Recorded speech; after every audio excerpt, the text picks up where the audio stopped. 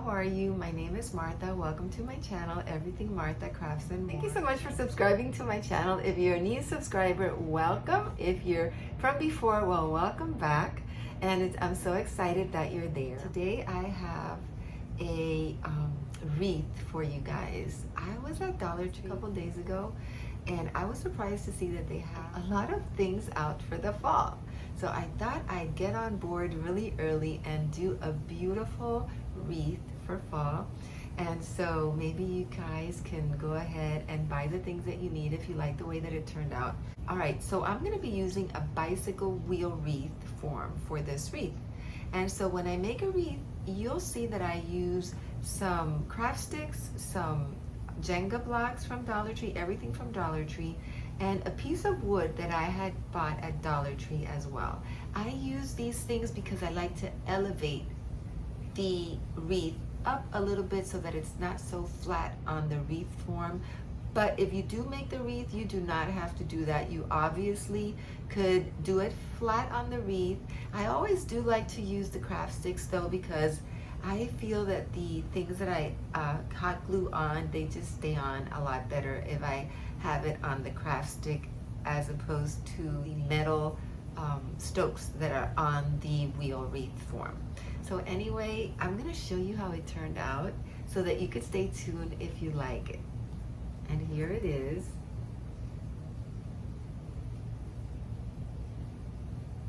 I think it's absolutely beautiful, don't you?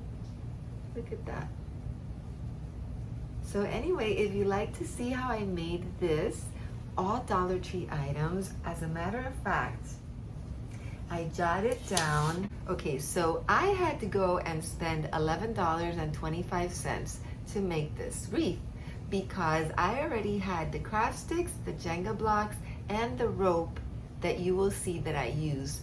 But like I said, you don't really need to use those items, or you might have them also. So if I added those 3 items, I would have spent $15. So still a great price for a beautiful wreath. I want to thank you so much for joining me today.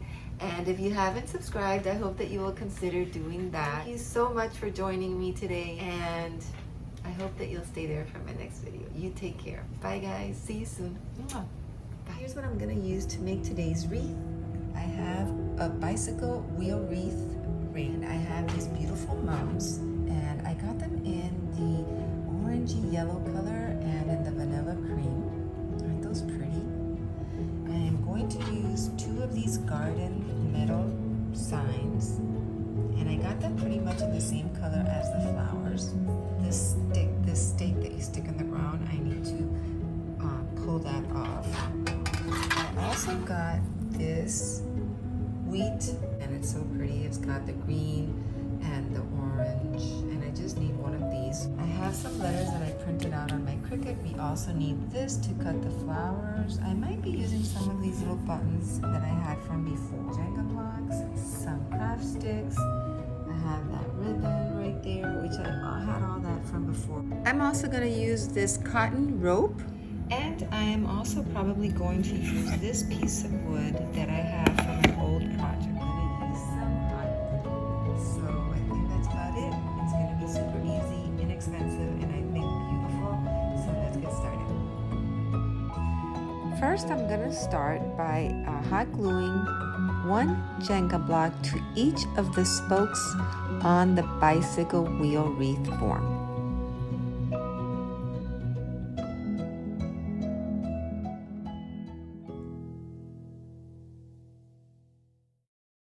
As you can see, I left 2 spokes in the bottom without a Jenga block, just in case I was gonna put a bow or something and I didn't need them there, but I did add them later on in the video. I also hot glued 2 Jenga blocks to the center of the wheel wreath form and they seem to be pretty dry now.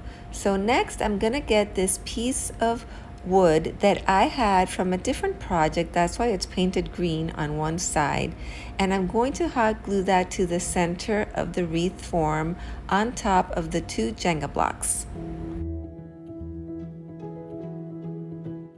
I printed the word fall with my Cricut with some beautiful shiny black vinyl paper, and I'm going to stick that to the center of the cream colored metal pumpkin.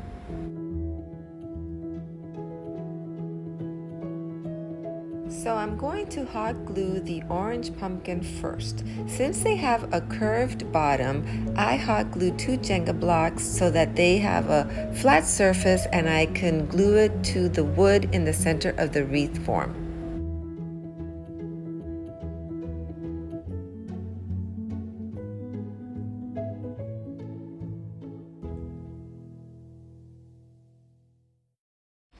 So I'm just waiting for that to dry. It looks like it's pretty stuck there, so this is what it looks like so far. Next, I'm just going to add a Jenga block to that little piece of wood that's sticking out in the bottom from the square right there. I'm going to put one piece of Jenga block there and then a little bit of hot glue on the top of the pumpkin. And I'm going to place it on top of the orange pumpkin just so that a bit of the orange pumpkin sticks out in the back of the cream colored one.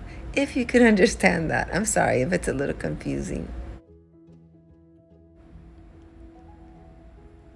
So the placement of the cream colored pumpkin over the orange one is very important because I want to make sure that the two pumpkins almost reach the border of the Jenga blocks that are all around the wreath form.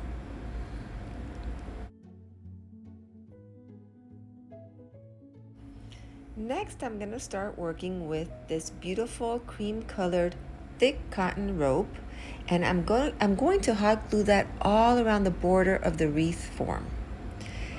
I always like to have something nice that is in the border of the wreath form because not only does it help when you're hot gluing whatever it is you're going to hot glue around there, but also if there's any piece of the border that is exposed, then this nice rope will be showing instead of the metal border of the wreath form.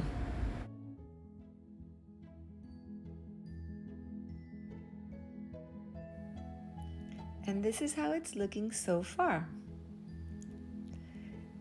Next, I'm going to start working with the craft sticks. I'm going to hot glue one craft stick from each of the Jenga blocks on the spokes all around the wreath form. By no means do they have to be orange like these. I just happen to have a pack of colorful craft sticks. You can very well use the natural colored ones. These are not going to show at all. They're just going to aid us in having a place to hot glue the flowers that are going to go all around it. And as you can see here, I am hot gluing the 2 Jenga blocks on the 2 spokes that I had left without any in the bottom. Okay, and as you can see, I have cut all the flowers off of their stems. I've got the mums all around the wreath right now, and I'm gonna start hot gluing them all around. I think I'm gonna use more of the cream colored ones than the orange ones, but you can go ahead and place them as you like if you're making this wreath. So I'm just gonna start doing that and we'll see how it turns out.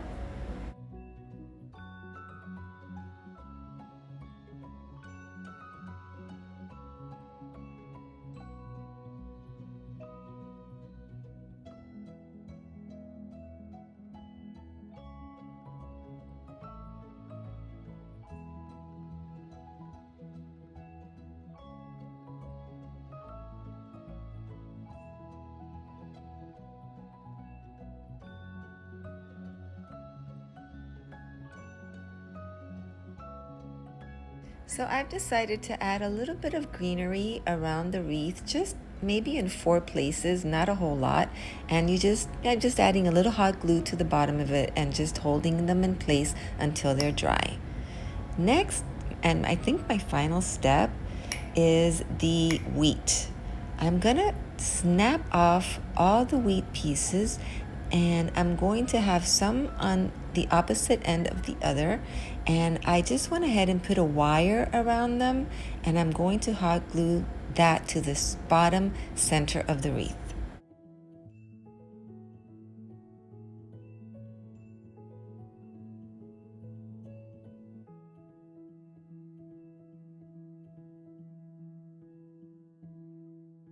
Oops, I was wrong. There is going to be one more thing. I did decide to add the little buttons around the word fall. And here's what it looks like, you guys. Here's the completed wreath. I love the colors. I love the different textures. And it just screams fall to me. I think it's beautiful. I hope that you like it as well. Let me know what you think in the comments below. Thank you so much for watching, and I'm gonna go ahead and put it in my door so you can see how that looks. I hope to see you in my next video. Take care. I'll see you soon. Bye bye, guys.